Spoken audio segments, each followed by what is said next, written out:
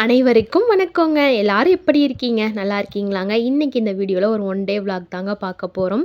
பார்த்த உடனே தெரிஞ்சிருக்கும். ஆமாங்க, ரேஷன் கடைக்கு தாங்க வந்திருக்கேன். காலையில 11 மணிக்கு வந்தேன். 3 மணிக்கு தாங்க ரேஷன் பொருள் எல்லாம் வாங்கிட்டு வீட்டுக்கு போனேன்.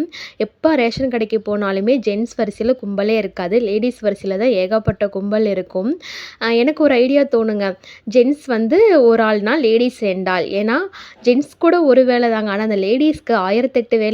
ரேஷன் கடையில் நின்றுட்டு இருக்கும்போதே ஐயோ பாத்திரம் கழுவணுமே, வீடு கூட்டணுமே, பையனை கூட்டிகிட்டு வரணுமே, ஐயோ ஈவினிங் ஸ்நாக்ஸ் பண்ணணுமேங்கிற மாதிரி ஒரே ஓட்டமாக தான் இருந்துச்சு.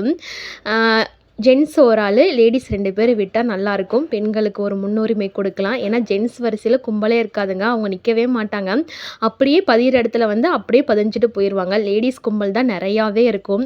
வாங்கிட்டு வரத்துக்குள்ளே ஒரு பாடு பெரிய பாடு ஆயிடுச்சுங்க. 3 மணிக்கு தான் வந்தேன். வந்த உடனே போயிட்டு குளிச்சுட்டு அதுக்கப்புறம் தான் குளுன்னு ஒரு குழியில் போட்டுட்டு சாப்பாட்டில் கையை வச்சேங்க. அதுவும் இந்த வெய்ய காலத்துல ரேஷன் கடையில் நிற்கவே முடியலைங்க. ஆப்போசிட்டில் மரத்தில் போய் உட்காந்தா கடைசியில் ஆளக்கானா இடையில வந்து வாங்குறேம்மா அப்படிங்கிற ஒரு பேர் வேறு.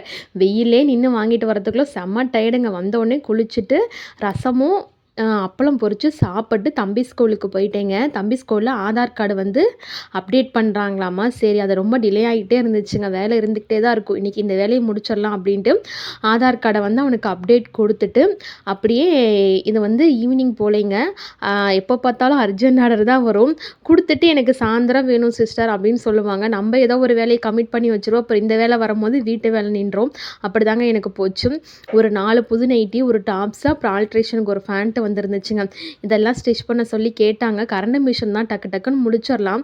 நம்ம ஒன்று ஒன்றா வந்து ஸ்டிச் பண்ணிவிட்டு வீடியோ எடுத்துகிட்டு இருக்கனால எனக்கு கொஞ்சம் டிலேவே ஆச்சுங்க. கிட்டத்தட்ட ஒரு 2 ஹவர்ஸ் ஆயிடுச்சு. இந்த நைட்டியெல்லாம் அடித்து முடித்து எனக்கு கம்ப்ளீட் பண்ணி பக்கத்தில் பையன் வேறு ஹோம்ஒர்க் பண்ணிகிட்டு இருந்தான். அவன் வேறு செல்லு கேட்டுட்டு இருந்தான். இந்தான்னு அன்றைக்கி பரபரப்பாக போச்சுங்க அந்த ஒன் டே விலாகு.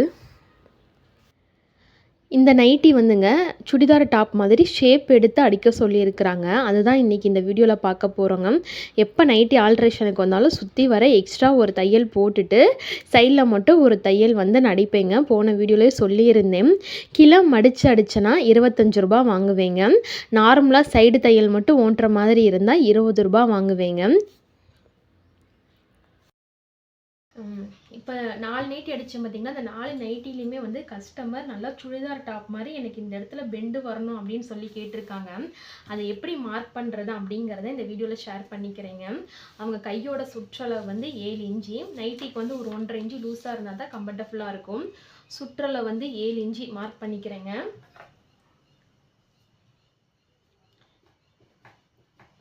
இன்ச்சு அவங்களுக்கு காலையிலே நைட்டி வாங்கும் போது வச்சு பார்த்து அளவு எடுத்துகிட்டு வந்துட்டேங்க. சைடில் வந்து 2 இன்ச்சு பிடிக்க சொல்லியிருக்காங்க. அப்போ தான் வந்து நைட்டிக்கு வந்து நல்லா ஷேப் வரும். பாருங்களேன், 2 இன்ச்சு.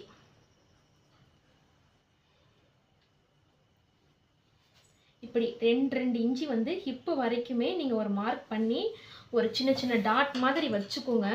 இது வந்து எது வரைக்கும் வைக்கணும்னாங்க, நைட்டி கிட்ட இங்கே ஒரு பெண்டு வருது பார்த்தீங்களா, இந்த பெண்டு வரைக்கும் தான் வைக்கணும். இதுக்கு மேலே வைக்கவே கூடாது. வச்சோம்னா நைட்டி ஷேப்பே சுத்தமாக மாறிடும். நமக்கு வந்து பாடி கிட்ட இந்த பெண்டு வந்தால் ஓகேங்க. இதே கண்டினியூவாக நம்ம லாஸ்ட் வரைக்கும் எடுத்துகிட்டு போகக்கூடாது. பார்த்தீங்களா, நைட்டியில் வந்து இந்த கட்டுக்கு முன்னாடி இங்கே ஒரு ஹிப் சைஸ் இருக்கும். அது வரைக்கும் தான் நான் மார்க் பண்ண போகிறேன். இங்கே 2 பண்ணிட்டு வந்தோமாங்க, அந்த 2ல் அப்படியே குறைச்சிடணும். 1.5 அப்படியே 1 அப்படியே ஹாஃப் கொண்டு வந்து இதில் அப்படியே ஜாயின் பண்ணிடணும். பாருங்களேன், உங்களுக்கு வந்து நல்ல ஸ்கை ப்ளூ கலரில் மார்க் பண்ணி காமிக்கிறேன். 2 இன்ச்சில் நல்லா டாட்டு வச்சு இப்படி நம்ம அடிக்கும் போது சுடிதார் போட்டால் எந்த ஃபீல் இருக்குமோ அந்த ஃபீலில் அந்த நைட்டியில் இருக்குங்க. சில கஸ்டமர் வந்து இப்படி கேட்பாங்க பார்த்தீங்களா. கொண்டு வந்து இந்த ஹிப் சைஸுக்கிட்ட நான் ஜாயின் பண்ணிட்டேன். இப்படி அடிக்கும் போது சுடிதாருக்கு அடிக்கிற மாதிரி பெண்டு செம்மையாக வருங்க. வாங்க இப்போ ஸ்டிச் பண்ணலாம்.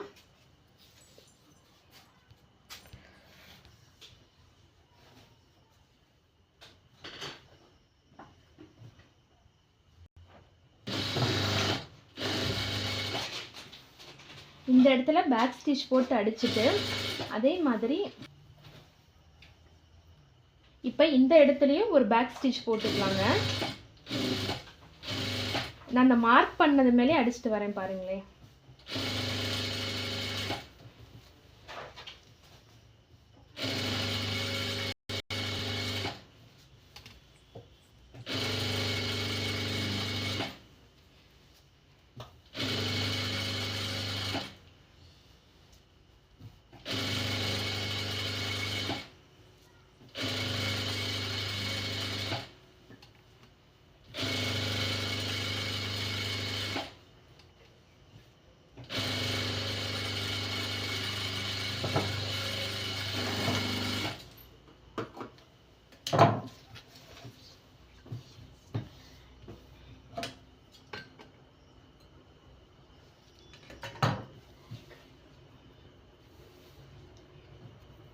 இப்போ இதே மாதிரி அந்த சைடும் நம்ம ஸ்டிச் பண்ணணுங்க.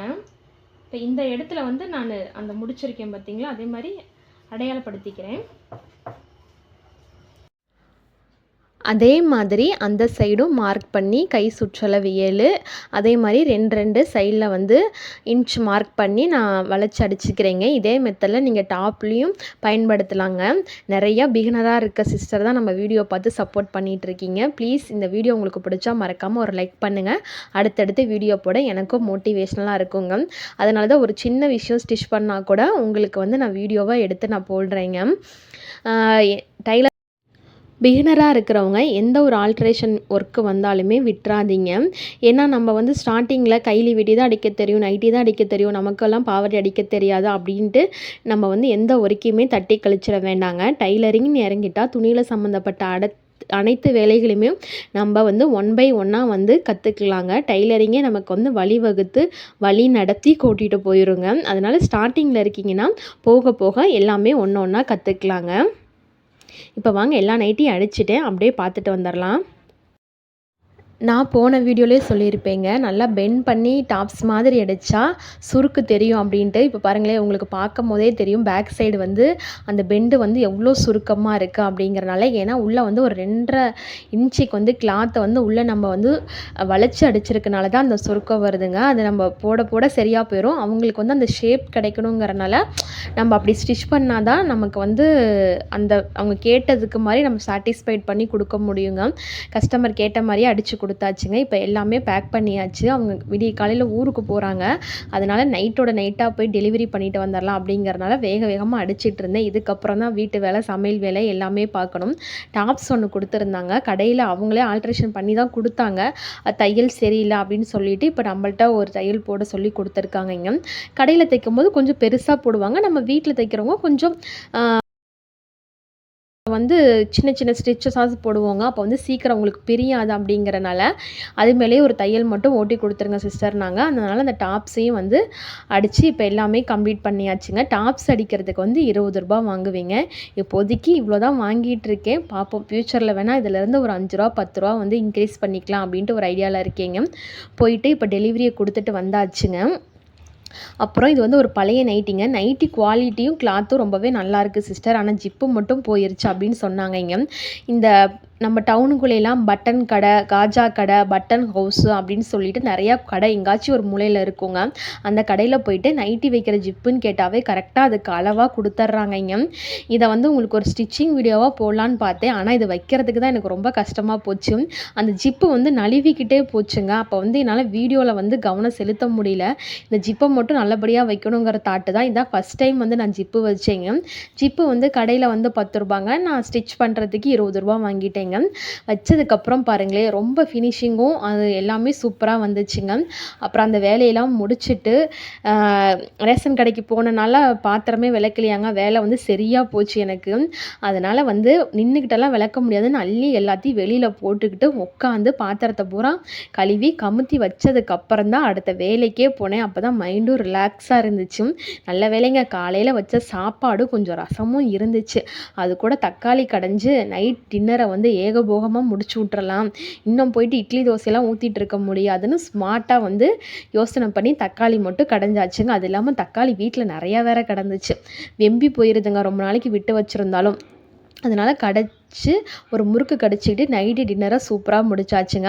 அடுத்த நாள் சமையலுக்கு வந்து காய்கறி நறுக்கி வைக்கிறதாகட்டும் அந்த பழக்கம்லாம் எனக்கு எதுவும் இல்லைங்க. ஆனால் என்ன சமைக்கிறனோ அதை எடுத்து முந்தின நாள் நைட்டு வெளியே வச்சுருவேங்க. அடுத்த நாள் வெண்டைக்காய்ங்கிறனால அதை கழுவி வச்சிட்டோம்னா நைட்டுக்குள்ளே உணர்ந்துடும். காலையில் கட் பண்ணுறதுக்கு ஈஸியாக இருக்கும். நமக்கு வளவளப்பு தன்மை வந்து குறையுங்கிறனால வெண்டைக்காயை மட்டும் கழுவி ட்ரை பண்ண வச்சுட்டேங்க. அப்புறம் வந்து கேரட்டு பீன்ஸ் பொரியெல்லாம் பண்ணுறதுக்கு அந்த டப்பாலாம் எடுத்து வெளியில் வச்சாச்சுங்க. ஓகேங்க, இந்த வீடியோ பிடிச்சிருந்தா மறக்காம லைக், ஷேர், சப்ஸ்கிரைப், கமெண்ட் பண்ணுங்க. நன்றி.